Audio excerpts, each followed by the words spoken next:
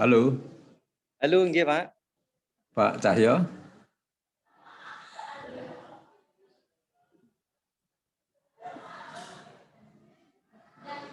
Oh, masih connecting. Oh, dereng nggih, Pak.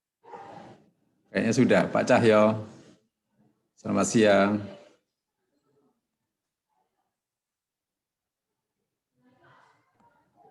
Cek.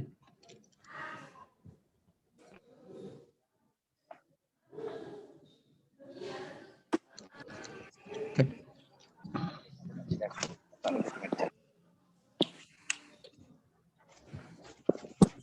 Ah.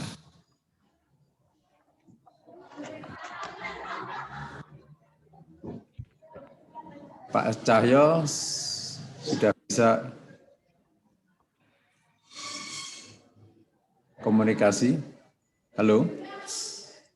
Halo. Ya. Kok kayaknya putus-putus, Pak Cahyo? Halo. Halo, halo. Sudah dengar? Oke. Oke. Kita mulai aja ya. Iya, Pak. Cek. Oke. Halo. Halo, halo. Nggak dengar suara saya, Pak Cahyo?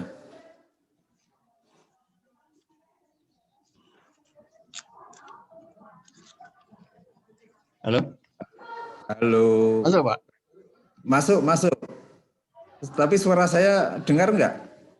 Belum ya? Bang. Dengar, Pak. Yang Pak Cahyo kayak yang kesulitan. Oh, Pak Cahyo nggih. Nggih, Pak.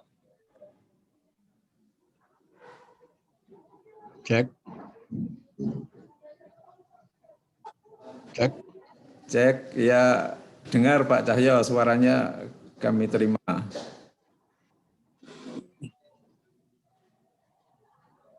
Tinggal suara... Monggo kalau udah mau dimulai. Oke. Baik. Bismillahirrahmanirrahim. Assalamualaikum warahmatullahi wabarakatuh. Selamat siang untuk kita semua. Yang saya hormati Pak Cahyo dan Pak Subhan sebagai penguji, yang saya banggakan semua mahasiswa khususnya Safri yang akan menjadi pemateri di seminar proposal ini. Jadi saya ucapkan terima kasih dulu juga kepada Pak Heli yang telah mengarrange waktu. Hanya saja sayangnya Pak Heli nggak bisa komunikasi dua arah ya. Pak Heli bisa mendengarkan tapi tidak bisa menyampaikan. Mungkin itu perlu, komputernya perlu diperbaiki. Baik, siang hari ini kita akan mendengarkan dan berdiskusi tentang proposal Saudara Safri dengan judul Evaluasi Kesesuaian Lahan dan Rekomendasi Penggunaan Lahan Komoditas Pertanian PDP Banongan Kabupaten Situbondo. Ada urutan acara ya. Yang pertama nanti Safri akan menyampaikan materinya berupa proposal dari rencana skripsi ya. Kemudian nanti dari para audien mahasiswa akan merespon, memberi berupa pertanyaan-pertanyaan atau masukan-masukan, juga saran. Yang selanjutnya nanti kemudian dari pemateri Pak Cahyo Adibowo dan Pak Subhan memberi mungkin bisa menguji, bisa memberikan masukan, saran dari proposal ini. Kemudian penutupan. Saya kira itu urutan acaranya. supaya tidak buang-buang waktu, kita langsung saja presentasi dari Saudara Safri. Waktu dan tempat saya serahkan ke Safri. Silakan Safri.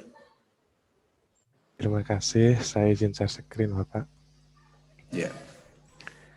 Baik, bismillahirrahmanirrahim. Selamat siang. Yang saya hormati Bapak Dr. Insinyur Bambang Hermianto MP selaku pembimbing utama.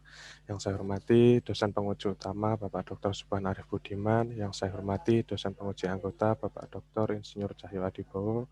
Dan yang saya hormati Bapak Heli Stiono MD. Dan tak lupa teman-teman yang telah bergabung pada acara seminar proposal saya pada siang hari ini.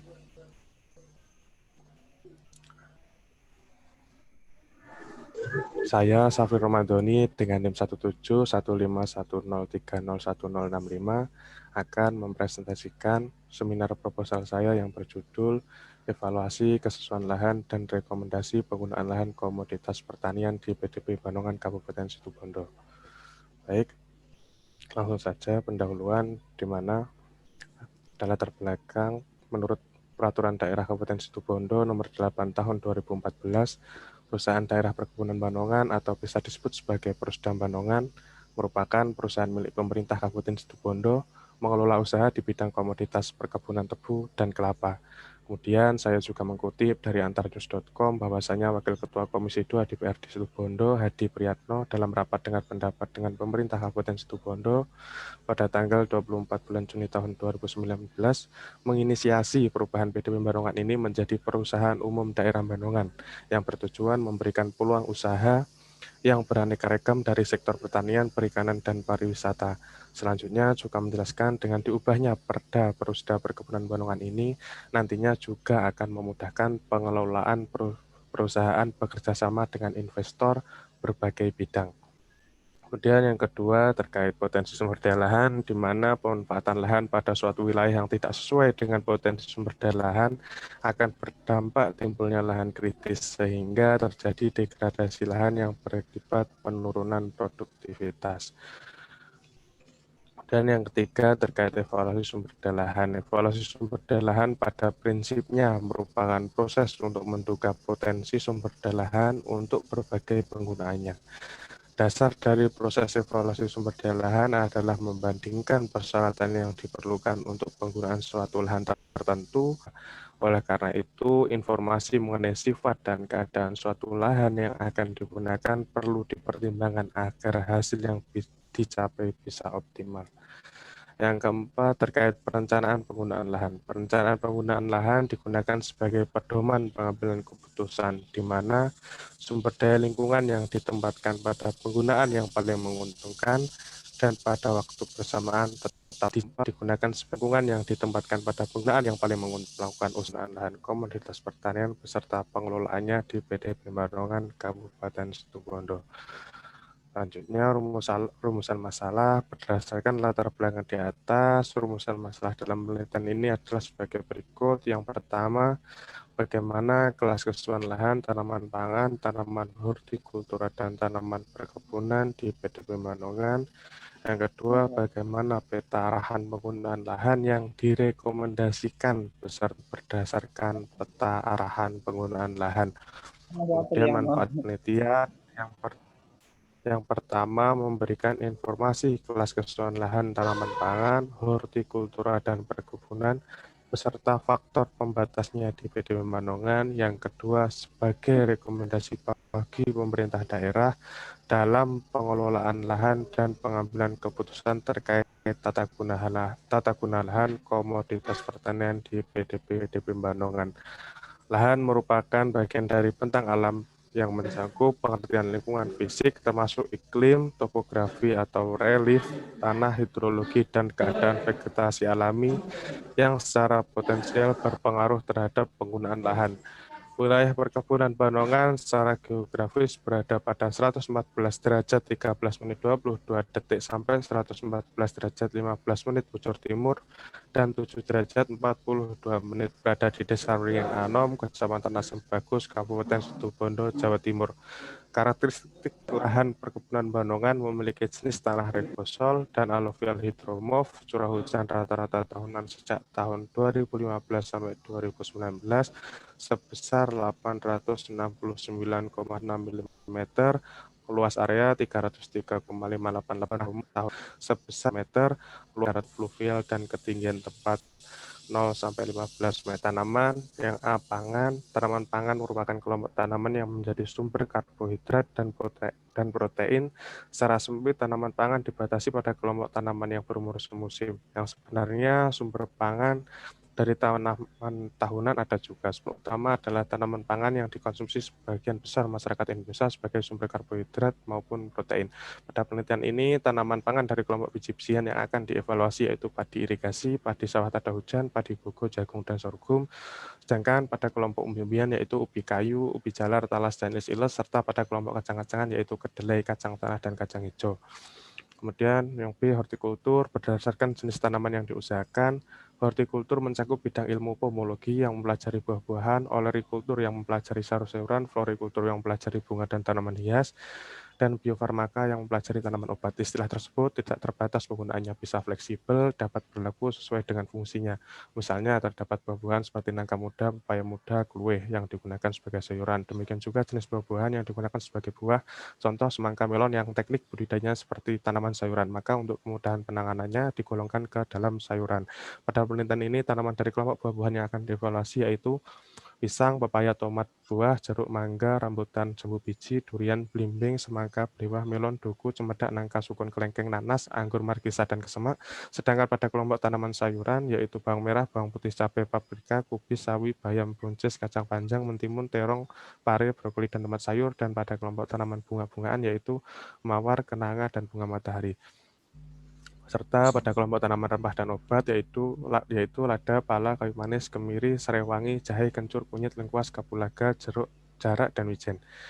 Kemudian perkebunan. Perkebunan adalah segala kegiatan yang mengusahakan tanaman tertentu pada tanah atau tumbuh lainnya dalam ekosistem yang sesuai dan memasarkan hasil tanaman tersebut dengan bantuan ilmu pengetahuan dan teknologi. Perkebunan dapat dibedakan menjadi perkebunan dengan tanaman musim seperti perkebunan tembakau dan tebu, serta perkebunan tanaman tahunan seperti perkebunan kelapa sawit, karet, kakao, kopi, cengkeh, dan pala. Tanaman yang ditanam bukanlah tanaman yang menjadi makanan pokok maupun sayuran, untuk membedakannya dengan usaha ladang dan hortikultur sayur mayur dan bunga.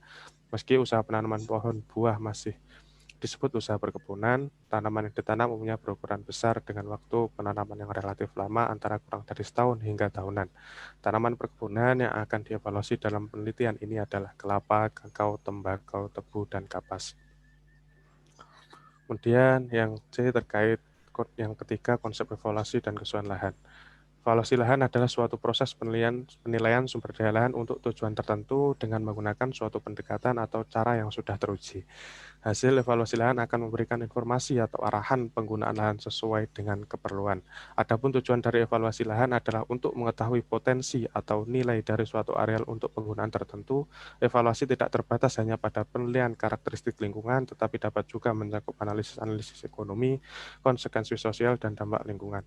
Sehingga proyek evaluasi lahan haruslah mampu menjawab pertanyaan-pertanyaan yang berhubungan di dalamnya, salah satunya bagaimanakah pengelolaan lahan sekarang dan apa yang akan terjadi bila tindakan pengelolaan sekarang tetap atau tidak berubah. Kemudian parameter kesesuaian lahan, di mana saya juga mengutip dari FAO bahwasanya ada 7 yang paling utama dalam parameter kesesuaian lahan. Yang pertama rezim temperatur, yang kedua kemasan tanah, ketiga tekstur tanah, keempat drainase tanah, kelima kapasitas tukar kation, yang keenam bahaya erosi, yang ketujuh kedalaman efektif. Kemudian yang B terkait klasifikasi kesesuaian lahan, menurut FAO sendiri menyatakan bahwa dikenal 2 macam kesesuaian lahan, yaitu kesesuaian lahan kualitatif dan kesesuaian lahan kuantitatif. Keduanya dapat dinilai secara aktual dan potensial. Kesesuaian lahan kualitatif adalah kesesuaian lahan yang hanya didasarkan pada pengamatan kondisi fisik di lahan tanpa memperhitungkan secara tepat produksi, masukan, dan keuntungan yang dapat diperoleh. Sedangkan kesesuaian lahan kuantitatif adalah kesesuaian lahan yang tidak hanya berdasarkan pada kondisi fisik lahan, melainkan juga mempertimbangkan aspek ekonomi dan cost benefit. Pada prinsipnya, klasifikasi kesesuaian lahan dilaksanakan dengan cara memadukan antara kebutuhan tanaman atau persyaratan tumbuh tanaman dengan karakteristik lahan. lahan. Oleh karena itu, klasifikasi ini sering juga disebut spesies matching. Kelas kesesuaian lahan terbagi menjadi 4 tingkat, yaitu sangat sesuai S1, sesuai S2, sesuai marginal S3, dan tidak sesuai N. Kesesuaian lahan aktual dan kesesuaian lahan berdasarkan data sifat biofisik tanah atau sumber daya lahan sebelum lahan tersebut diberi masukan yang diperlukan untuk mengatasi kendala.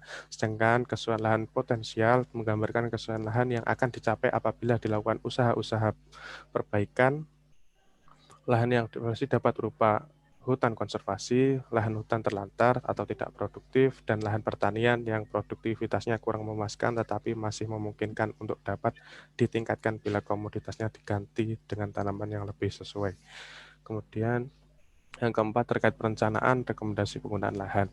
Perencanaan penggunaan lahan, land use planning merupakan proses merencanakan penggunaan lahan berdasarkan potensi yang dimiliki oleh sumber daya lahan bersangkutan, baik secara fisik maupun sosial ekonomi. Oleh karena itu, dalam merencanakan penggunaan lahan yang akan dilakukan sebelumnya harus melakukan evaluasi lahan baik secara biofisik maupun sosial ekonomi. Untuk menilai daya dukung dan potensi sumber daya lahan pada suatu wilayah, rekomendasi penggunaan lahan yang akan dilakukan harus disesuaikan daya dukungnya agar pemanfaatan sumber daya lahan dapat menguntungkan dan dapat dilakukan dalam waktu yang tidak terbatas atau secara lestari. Pada proses evaluasi lahan didapatkan kelas kesesuaian lahan untuk penggunaan tertentu. Berdasarkan kelas kesesuaian lahan tersebut lalu dilakukan rekomendasi penggunaan lahan yang cocok pada areal yang dievaluasi. Pada penelitian ini akan dilakukan evaluasi kesesuaian lahan komoditas pertanian, yaitu tanaman pangan, hortikultura, dan perkebunan. Selanjutnya yang kelima, track hipotesis. Yang pertama, komoditas pertanian yang memiliki kelas kesesuaian lahan paling sesuai antara lain untuk tanaman pangan adalah sorghum dengan kelas kesesuaian lahan sangat sesuai S1, untuk tanaman hortikultura adalah semangka dengan kelas kesesuaian lahan sangat sesuai S1, dan untuk tanaman perkebunan adalah kelapa dengan kelas kesesuaian lahan sangat sesuai S1. Kemudian yang B, rekomendasi penggunaan lahan adalah sebagai berikut. Lahan paling dekat dengan garis pantai diperuntukkan bagi tanaman hortikultura. Selanjutnya lahan yang lebih jauh dengan garis pantai diperuntukkan bagi tanaman perkebunan, dan lahan yang paling jauh dengan garis pantai diperuntukkan bagi tanaman pangan. Kemudian yang C, rekomendasi penggunaan lahan di daerah penelitian perlu mempertimbangkan faktor pembatas atau penghambat pertumbuhan tanaman antara lain salinitas dan alkalinitas tanah yang terlalu tinggi, kandungan bahan organik tanah yang rendah, dan kandungan unsur hara tanah khususnya N dan P yang sangat rendah. Dan bab 3, metode penelitian. Di sini ada lokasi dan waktu penelitian. Penelitian dan pengambilan contoh tanah dilakukan di lahan perkebunan Bandongan di Desa Rungin Anom, Kecamatan Asem Bagus, Kabupaten Situbondo. Penelitian ini berlangsung mulai dari bulan Maret 2021 sampai bulan Mei 2021. Analisis unsur-unsur fisik kimia contoh tanah dilakukan di Laboratorium Fisika Tanah dan Laboratorium Kesuburan Tanah Program Studi Ilmu Tanah Fakultas Pertanian Universitas Jember. Ini merupakan peta lokasi penelitian, di mana itu ada Kabupaten Situbondo, dan yang berwarna merah itu merupakan lokasi penelitian saya atau lokasi perusahaan daerah perkebunan Bandongan. Kemudian bahan dan alat. Bahan yang pertama, sampel tanah pada kedalaman 0 sampai 20 cm yang diambil pada tiap-tiap titik pengambilan sampel tanah yang sudah ditentukan. Yang kedua, peta jenis tanah 1:50.000, citra satelit Google Earth tahun 2020, dan peta ketinggian tempat. Kemudian alat. Yang pertama, alat untuk mengambil contoh tanah berupa bor, sampel, dan plastik klip. Yang kedua, alat untuk menentukan titik pengambilan sampel menggunakan GPS, alat untuk menentukan ketinggian tempat menggunakan altimeter, untuk menentukan kelarangan menggunakan api level. Alat untuk analisis fisika tanah, satu alat biped tekstur, dan alat lain-lain, alat untuk analisis kimia tanah, pH meter, AAS, kolorimeter, unit destilasi, dan alat lain-lain. Alat untuk menyusun peta arahan penggunaan lahan menggunakan komputer dengan program ArcGIS versi 10.4. Kemudian satuan peta lahan. Di sini penentuan satuan peta lahan atau penentuan satuan pemetaan lahan dilakukan dengan pembuatan satuan yang diperoleh melalui proses overlapping atau tumpang susun antara peta jenis tanah, peta penggunaan lahan, dan peta ketinggian tempat. Hasil dari overlay diperoleh 16 satuan peta lahan. Jadi itu merupakan dari 3 jenis bahan data atau data sekunder penggunaan lahan jenis tanah elevasi. Di situ di tabel juga dicantumkan terkait luas, hektar, dan persentasenya. Kemudian penentuan titik pengambilan sampel tanah. Pengambilan sampel tanah dilakukan untuk mendapatkan contoh tanah terusik dan tanah utuh. Penentuan titik pengambilan contoh tanah dilakukan dengan metode acak sederhana dan menempatkan titik diharapkan bisa serepresentatif mungkin. Jumlah titik yang akan diambil disesuaikan dengan tingkat surveinya, yakni tingkat survei dengan intensitas sedang dengan output peta skala 1:20.000 sampai dengan 1:25.000 dengan kerapatan pengamatan 1 sampai satu sampel mewakili 8-12 setengah hektar, sehingga didapatkan jumlah titik untuk SPL 1 sampai dengan SPL 16 jumlah 34 titik. Kemudian pengambilan contoh tanah. Pengambilan contoh tanah dilakukan untuk mendapatkan contoh tanah terusik dan tanah utuh. Pengambilan contoh tanah dilakukan di 34 lokasi dari 16 satuan peta lahan yang didapat. Pengambilan contoh tanah terusik dengan menggunakan bertanah dan kemudian tanah tersebut dimasukkan ke dalam plastik klip dan ditandai sesuai dengan lokasi dan nomor pengambilan sampel dengan pengambilan contoh tanah pada kedalaman 0 sampai 20 cm kemudian dikeringkan. Pengambilan contoh tanah utuh menggunakan ring sampel untuk selanjutnya dianalisis di laboratorium. Kemudian analisis contoh tanah terusik yang sudah dikeringkan, kemudian ditumbuk dan diayak menggunakan ayaan berdiameter lubang 2 mm. Tanah hasil ayaan kemudian dimasukkan ke dalam plastik klip yang telah diberi kode nomor titik sampel sesuai SPL di wilayah yang sudah diambil contoh tanahnya. Kemudian di sini ada analisis laboratorium fisika dan kesuburan tanah. Yang pertama, tekstur tanah menggunakan metode pipet, berat volume menggunakan metode ring sampel, pH tanah menggunakan pH meter, salinitas menggunakan pH ecemeter, KTK menggunakan ekstraksi amonium asetat pH 7, basa-basa menggunakan amonium asetat pH 7, N total menggunakan metode kejedal, P2O5 menggunakan POC atau Pebre, C organik menggunakan metode Kurmis. Kemudian analisis data sekunder. Yang pertama, koordinat lokasi pengambilan contoh tanah menggunakan GPS, ketinggian tempat menggunakan GPS, kemudian lahan menggunakan APNI level, drainase tanah dan kedalaman efektif melalui pengamatan profil tanah sampai kedalaman 60 cm, data curah hujan yang diperoleh Kabupaten Situbondo dalam angka selama 15 tahun ke belakang. Kemudian analisis data, berdasarkan data yang diperoleh dari hasil pengamatan di lapang maupun di laboratorium, kemudian dilakukan penentuan kelas kesesuaian lahan dengan teknik matching antara karakteristik tanah dan kualitas lahan dengan kriteria kesesuaian lahan berdasarkan petunjuk teknis evaluasi lahan untuk komoditas pertanian yang penyusunnya juga mengacu pada evaluasi lahan komoditas pertanian 2011. Kemudian tahapan dalam penelitian, yang pertama tahap persiapan. Tahapan persiapan meliputi 1, survei pendahuluan di lokasi yang akan diteliti. Yang kedua, persiapan alat dan bahan yang digunakan untuk penelitian. Yang ketiga, penentuan daerah pengambilan contoh tanah dari hasil overlapping 3 peta dasar. Yang keempat, pengumpulan data sekunder berupa data curah hujan dan temperatur. Tahapan pelaksanaan di lapang. Yang pertama, pengambilan contoh tanah pada titik pengambilan sampel yang sudah ditentukan dengan melakukan bertanah pada kedalaman 0 sampai 20 cm. Kemudian yang kedua, mengamati kondisi biofisik daerah yang diambil contoh tanahnya. Yang ketiga, melakukan pengukuran kelerengan dan ketinggian tempat. Tahap penyelesaian meliputi yang pertama, pengukuran sifat fisik dan kimia dari contoh tanah yang telah diambil dari masing-masing titik pengambilan sampel di laboratorium. Yang kedua, menganalisis data sifat fisik dan kimia dengan cara deskriptif kuantitatif. Yang ketiga, penentuan kelas kesesuaian lahan dengan teknik penyesuaian matching antara karakteristik tanah dengan kriteria kesesuaian lahan. Yang keempat, menyusun peta arahan penggunaan lahan untuk masing-masing SPL didasarkan pada hasil klasifikasi kesesuaian lahan tertinggi diikuti oleh kelas kesesuaian lahan yang memiliki faktor pembatas terendah dan mudah diperbaiki. Perencanaan penggunaan lahan untuk masing-masing komoditas dilakukan dengan menginventarisasi kelas kesesuaian lahan tertinggi untuk setiap satuan peta lahan. Ini merupakan peta satuan peta lahan di lokasi penelitian saya, di mana di situ ada 16 SPL dan warna merah merupakan lokasi tempat pengambilan sampelnya. Ini diagram alir penelitian yang sudah saya jelaskan mulai dari tahap persiapan sampai survei ke lapang, kemudian tahap penyelesaiannya. Mungkin itu saja. Terima kasih. Mohon maaf apabila ada salah kata. Waktu dan tempat saya kembalikan ke Bapak Bambang. Ya, terima kasih Saudara Safri Ramadan. Ramadona apa Ramadoni? Ramadoni, Pak. Ramadoni. Oke, saya kira presentasi yang sangat bagus, ya. Sangat lengkap menurut saya, tapi tentunya justru karena sangat komprehensif itu masih banyak yang bisa dipertanyakan. Saya kira ini peluang untuk para mahasiswa untuk menanyakan sejelas-jelasnya. Ya. Oke, saya kira waktu untuk para mahasiswa memberikan pertanyaan. Ada 2 termin, mungkin saya buka termin pertama untuk 3 penanya mahasiswa. Oke, persilahkan.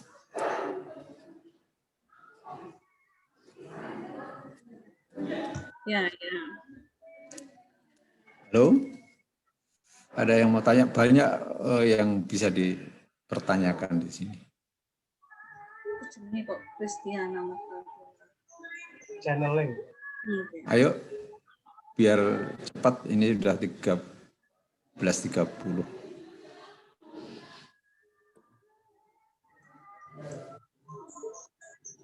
Halo, mahasiswa. Guru, Ini partisipannya banyak sekali, tapi kok nggak ada yang mau tanya ini? Ayo. Waduh, ini apa saya tunjuk aja ini? Gimana sih, Pak? Ya? Saya izin bertanya, Pak. Oke, Olka Maru. Wah. Ini Terima lama, kasih. Pak. Lama nggak muncul ini. Komar ini. Maaf, Pak. Ada kesibukan. Ya, oke. Ya, Pak. Silakan Komar. Terima kasih, Pak. Pertama-tama saya ucapkan selamat untuk Mas Safri yang sudah menempuh ujian proposal kali ini dan semoga untuk selanjutnya semoga dilancarkan.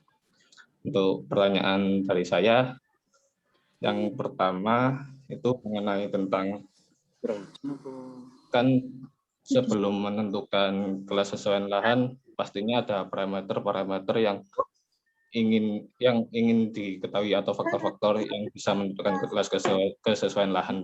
Nah, semisal pada suatu saat di dalam pelaksanaan ada salah satu parameter yang tidak bisa dipenuhi. Apakah menentukan kesesuaian lahannya masih bisa dilakukan atau ada dampak atau bisa ditentukan tetapi berpengaruh pada kelas kesesuaian lahannya tersebut. Yang kedua yang saya tanyakan, semisal dalam penelitiannya nantinya ada kelas kesesuaian lahan yang masuk ke S3 yang bisa diolah tetapi sangat berat dan ada kelas kesesuaian lahannya itu masuk ke N dari semua komoditas yang ada di proposal ya.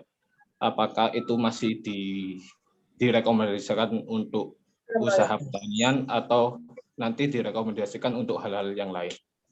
Terima kasih, Pak. Dari saya. Oke, saya kira pertanyaan yang bagus dari Komar ya. Oke, yang lain? Ini baru satu ya. Silahkan yang lain. Kristina ini.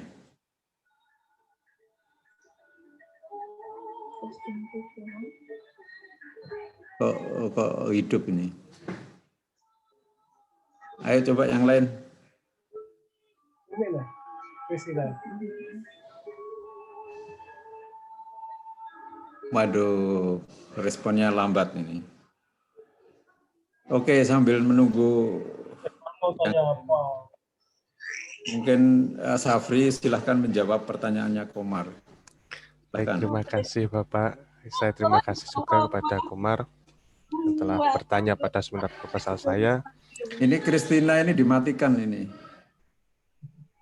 Mute-nya ya. Oke, ayo terus Safri. Jadi pertanyaan pertama terkait parameter-parameter yang tidak bisa dipenuhi. Jadi di sini seperti semisal parameter-parameter yang tidak bisa dipenuhi itu kita melakukan uji infiltrasi di lapangan. Jadi untuk melihat drainase tanah dan sebagainya.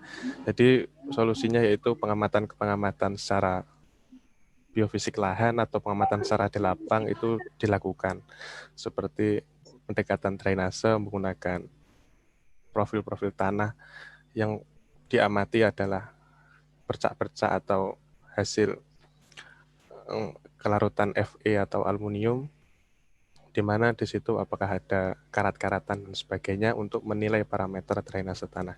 Jadi di dalam parameter-parameter ini sesungguhnya juga mudah, tidak ada yang tidak bisa dipenuhi. Kemudian yang kedua terkait S3 dengan pengolahan berat dan N semisal ada hasil kesimpulan saya itu di sana S3 dan N itu solusinya apa? Apakah tetap dilakukan pertanian atau penggunaan yang lain. Jadi kita lihat dulu bahwasanya jadi S3 dan N itu ada yang bisa dilakukan perbaikan dengan dinaikkan S1 atau parameter yang tidak bisa diperbaiki atau dinaikkan ke S1 seperti tekstur. Tekstur semisal di situ N, ya sudah kita tidak bisa lakukan apa-apa karena ketika melakukan perbaikan seperti tekstur ketika di sana sudah tidak sesuai atau N maka sudah ditinggalkan diganti penggunaan yang lainnya. Jadi tidak direkomendasikan untuk pertanian. Semisal di situ hanya seperti pemupukan kurangnya N, P, K unsur hara, spesies seperti pH terus salinitas atau alkalinitas itu masih diperbaiki. Dan apabila diperbaiki itu tingkat pengelolaannya ringan sampai sedang. Jadi bisa sangat memungkinkan untuk menjadi S1 kembali. Jadi untuk masalah-masalah seperti temperatur terutama itu kalau N ya sudah kita tidak bisa melakukan apa-apa karena untuk memperbaiki temperatur dan sebagainya itu sangat berat dalam skala perusahaan. Jadi mungkin itu saja. Mungkin apabila ada feedback saya persilakan kembali, Pak. Ya, Komar mau ada yang mau dilanjutkan diskusi?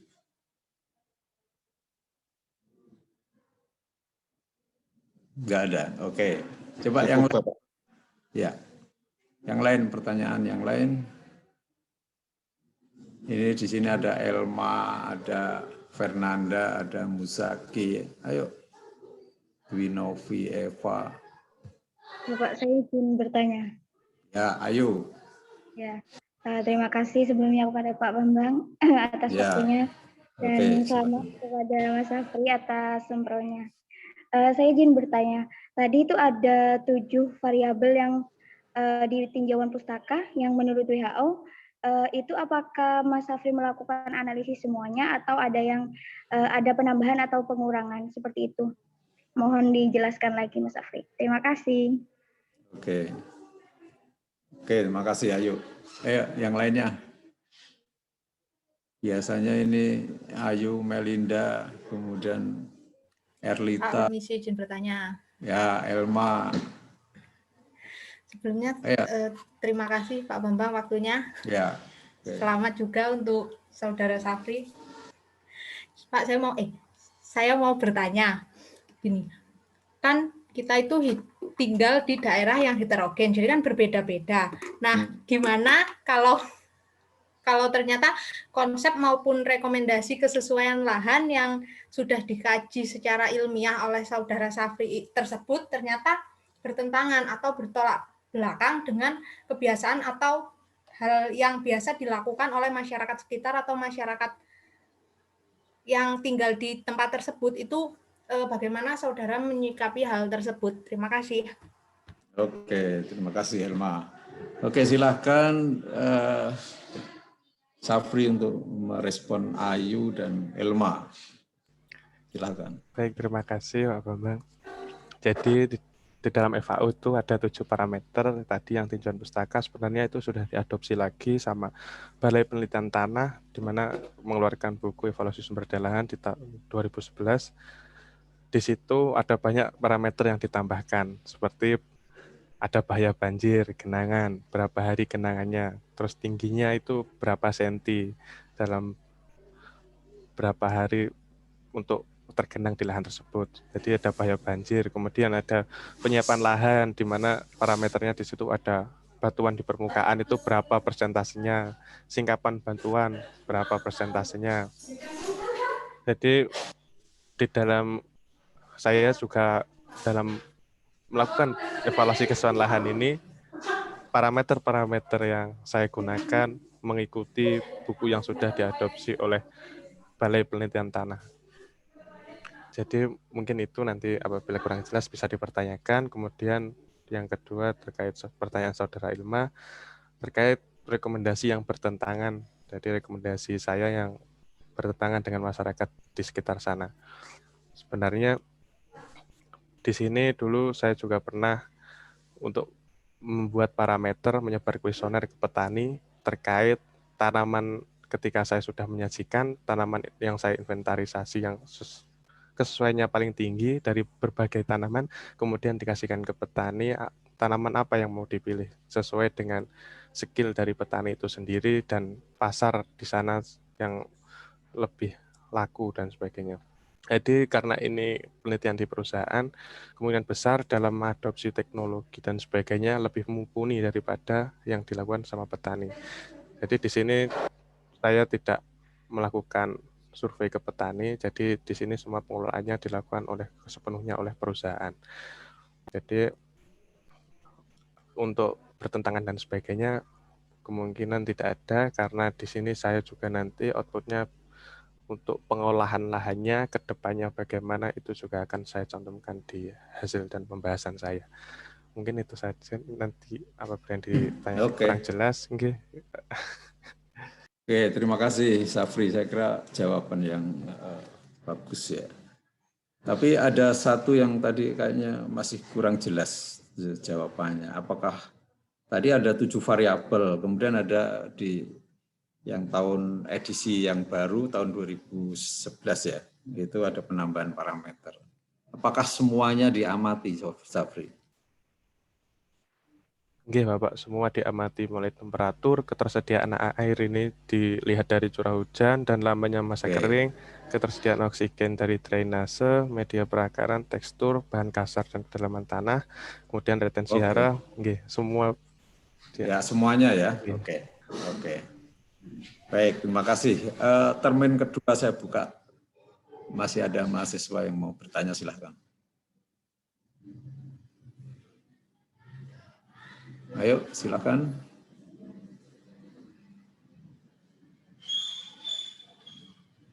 Ini kesempatan untuk pembelajaran yang bagus ya, diskusinya bagus.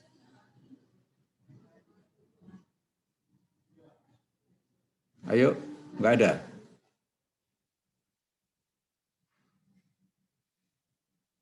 Saya hitung 1, 2, 3, enggak ada. Oke.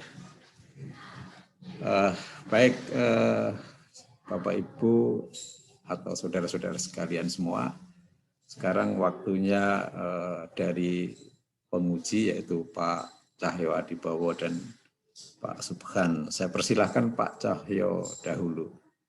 Silahkan Pak Cahyo. Terima kasih Pak Bambang. Suara saya didengar ya? Jelas Pak. Jelas. Oke. Jelas Pak. Safri, coba dibuka hipotesisnya Safri. Bisa jelaskan hipotesis. Di-share dulu ya.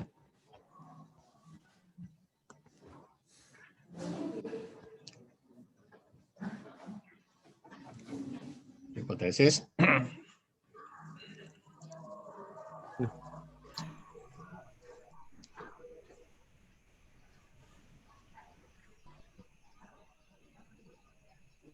Oke, Bapak, ini ya, Pak.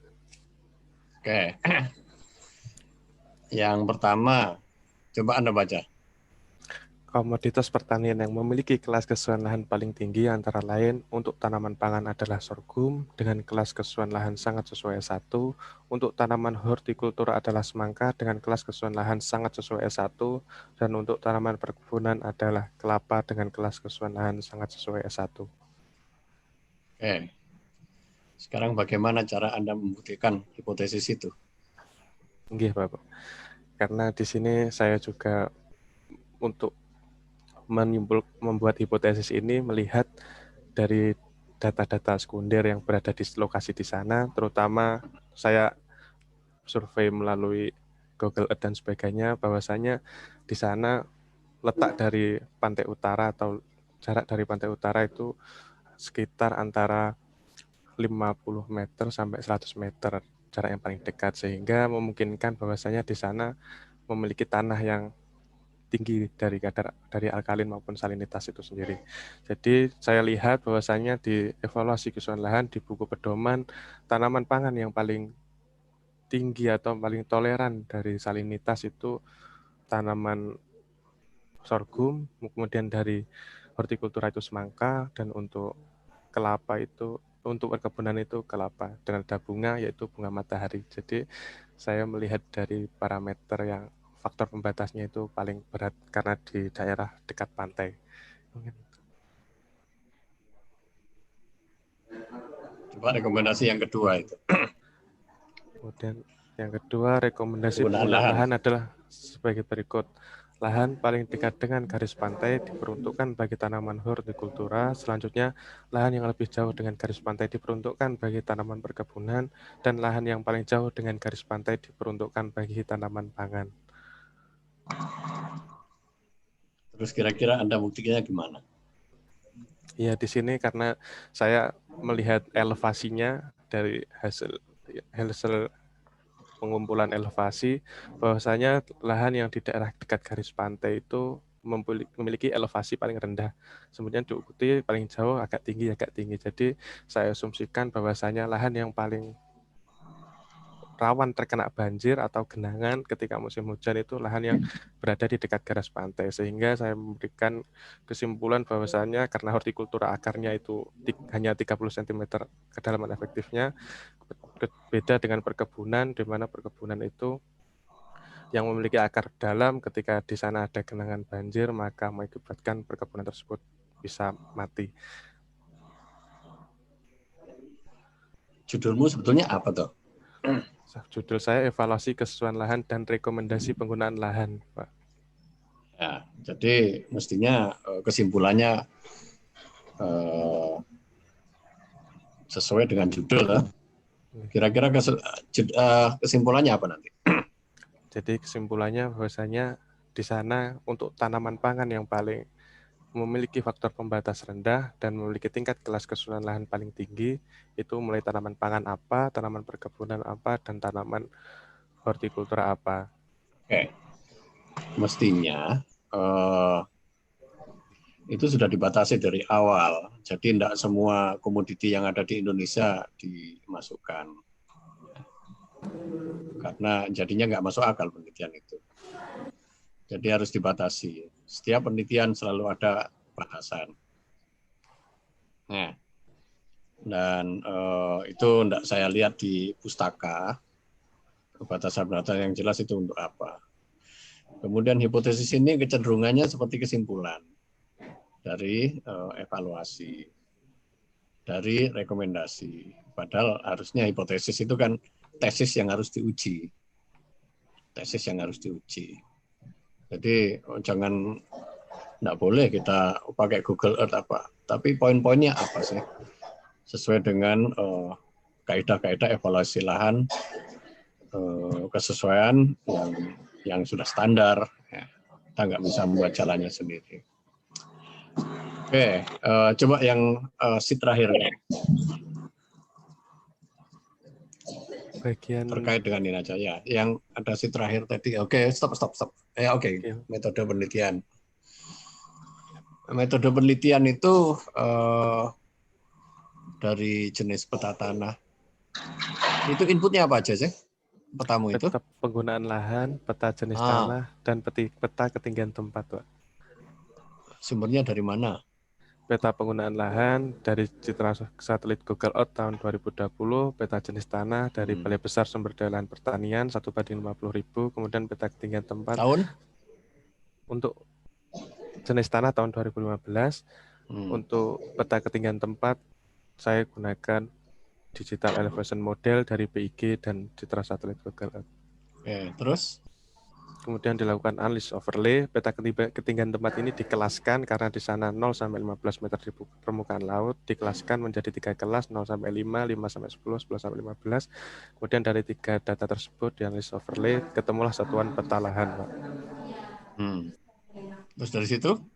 Kemudian ditentukan lokasi pengambilan sampel tanah sesuai dengan tingkat survei yang akan digunakan. Terus kamu ambil sampel? Terus kelapa, kamu analisa? Kamu analisa? Analisanya apa aja? Analisis contoh tanah meliputi yang pertama pH, yang kedua DHL, yang kedua P2O5, C organik, N total, KTK, basa-basa, dan tekstur tanah.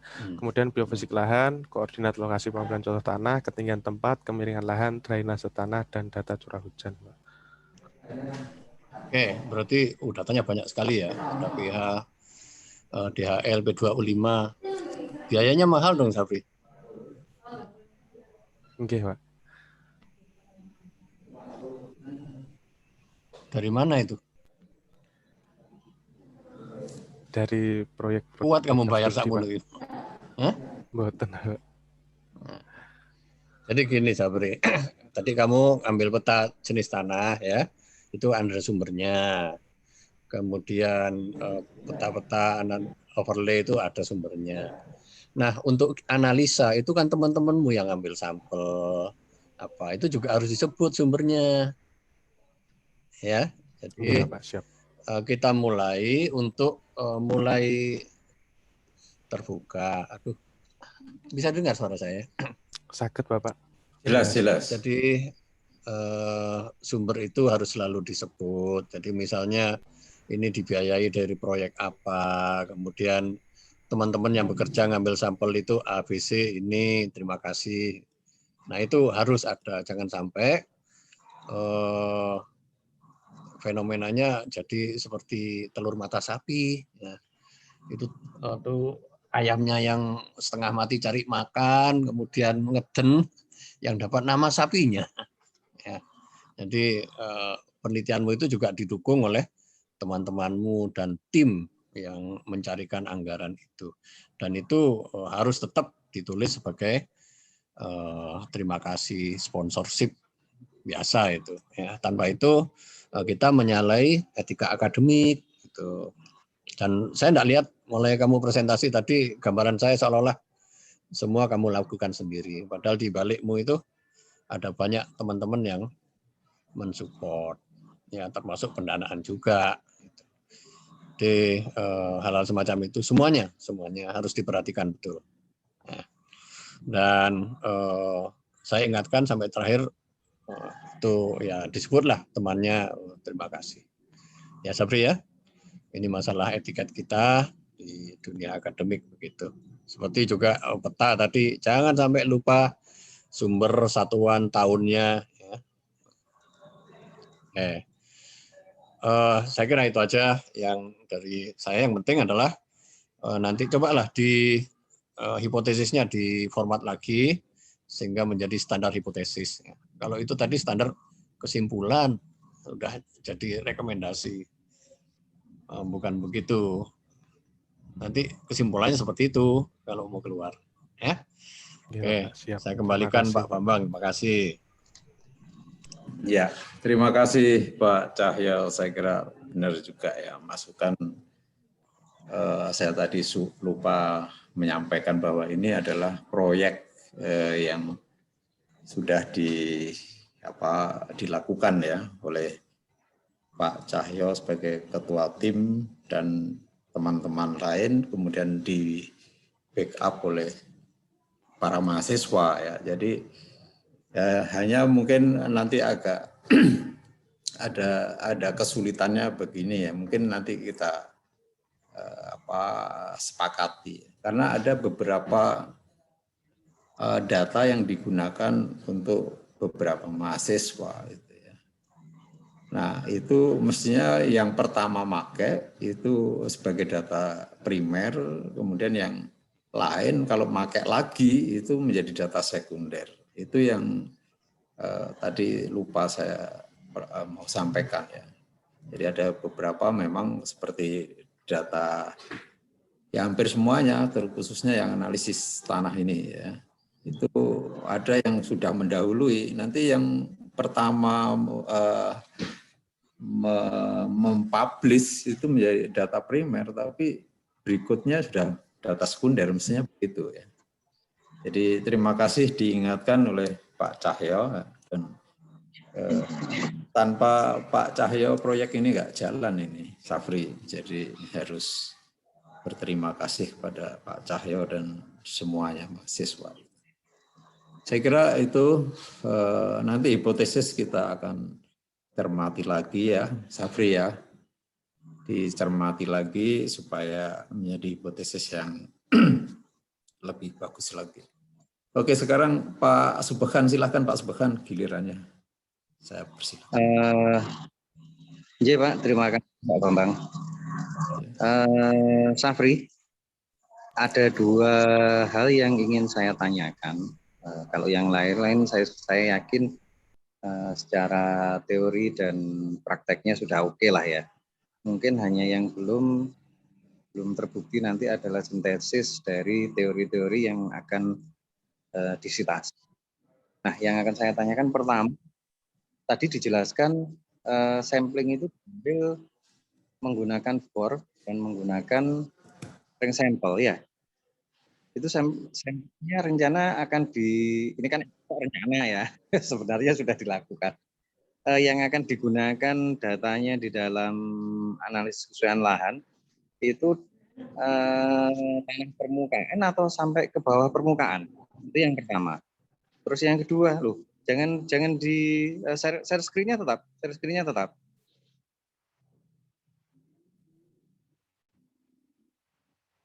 Kembali lagi ke yang grafik itu tadi. Nah, kemudian yang kedua terkait dengan pengamatan biofisik lahan yang nomor 4, drainase tanah. Drainase tanah yang normal itu kan mesti arahnya dari atas ke bawah. Jadi kalau membuang kita dengan mudah dengan menggunakan gravitasi, harapannya dan prinsip gravitasi itu air dengan mudah terloloskan kalau berada pada kondisi berlebih. Tetapi waktu di kemarin drainasenya naik dari bawah ke atas. Bisa didengar ya, Safri ya? Sakit Bapak. Saya bisa ya. Jelas mendengar dengan jelas. Kira-kira justifikasinya nanti mungkin itu yang perlu dipikirkan juga ya. Itu drainase itu dianggap bagus. Sorghum tadi kan bisa langsung S1 ya. Tapi kenyataan di lapang drainasenya kan naik dari bawah ke atas dan kemudian perlahan-lahan akan turun kembali ketika mendekati sore. Nah, apakah drainase seperti itu masih dianggap bagus atau sebaliknya ya, berkebalikan dengan teori yang ada, itu mungkin perlu dianukan ya, Safri, perlu dipikirkan kembali. Sehingga nanti rekomendasi seperti yang tadi sorghum adalah S1 itu mungkin perlu dievaluasi ulang. Itu yang kedua. Terus yang ketiga terkait dengan yang tadi ada beberapa pertanyaan, bagaimana kalau di situ itu tidak sesuai dengan budidaya atau budaya petani yang ada di sana. Ya memang faktor pembatas dari bidang pertanian itu yang pertama adalah musim, yang kedua adalah jenis tanaman, yang ketiga adalah waktu tanam, dan yang keempat memang budaya dari masyarakat setempat. Maksudnya budaya begini, di dalam menentukan komoditas pertanian yang akan diambil, itu kan selain margin keuntungan, kemudahan, dan potensi produksi, kita kan juga harus memperhitungkan stakeholder yang ada di sana. Tenaga kerjanya siap enggak? Kemudian dagangnya ada enggak? Jangan sampai kita tanam jagung bisa berproduksi tinggi, diperkirakan marginnya luar biasa, tapi ternyata pedagangnya enggak ada. Yang mau beli enggak ada. Karena di daerah itu bukan daerah sentra jagung. Nah, kalau kita cuma tanamnya 1-2 petak, meskipun tinggi, akhirnya untuk ongkos transport, mau pakai L300 kurang, tapi mau pakai truk engkel juga berlebihan, itu juga akhirnya berpengaruh terhadap margin yang nantinya akan didapatkan. Sehingga kajian yang dilakukan Safri ini adalah kajian secara teoretik, bukan kajian empiriknya. Kajian empirik itu akan dilakukan oleh teman-teman pertanian maupun dari penyuluhan atau dari kelembagaan kelembagaan pertanian di Fakultas Ekonomi atau di FISIP. Kira-kira seperti itu jawabannya yang tadi itu. Jadi ini adalah untuk memberikan alternatif pilihan. Bukan berarti harus dipilih karena pertimbangan masuk yang tadi. Sehingga kajian kalau tanaman yang tidak memberikan hasil yang memuaskan, mungkin ini bisa ditimbangkan sebagai alternatif tanaman yang akan tersebut. Kira-kira seperti itu. Mungkin dari saya hanya itu saja Pak Bambang, dan penekanan yang lain adalah itu.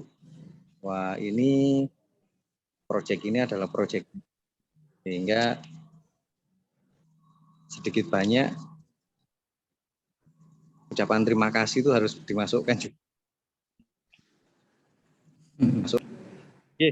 Waktu kembalikan ke penjenengan Pak Bambang. Terima kasih Pak Subhan ya. Jadi saya kira yang poin yang khususnya yang terakhir itu ya benar bahwa kajian nggak sampai ke empirik ya. Artinya sosial ekonomi khususnya budaya ya, budaya mungkin sulit ya ke teoritik. Oke, Safri, saya kira udah semua, tapi saya mau tanya ke kamu ya. Sekarang saya gantian. Tadi untuk evaluasi sebetulnya yang benar itu evaluasi, bukan evaluasi dan kesesuaian lahan. Evaluasi lahan itu ada dua, evaluasi kemampuan dan evaluasi kesesuaian lahan. Ya. Nah, pertanyaan pertama saya sekedar untuk wawasan ya. Evaluasi kemampuan mengapa tidak kamu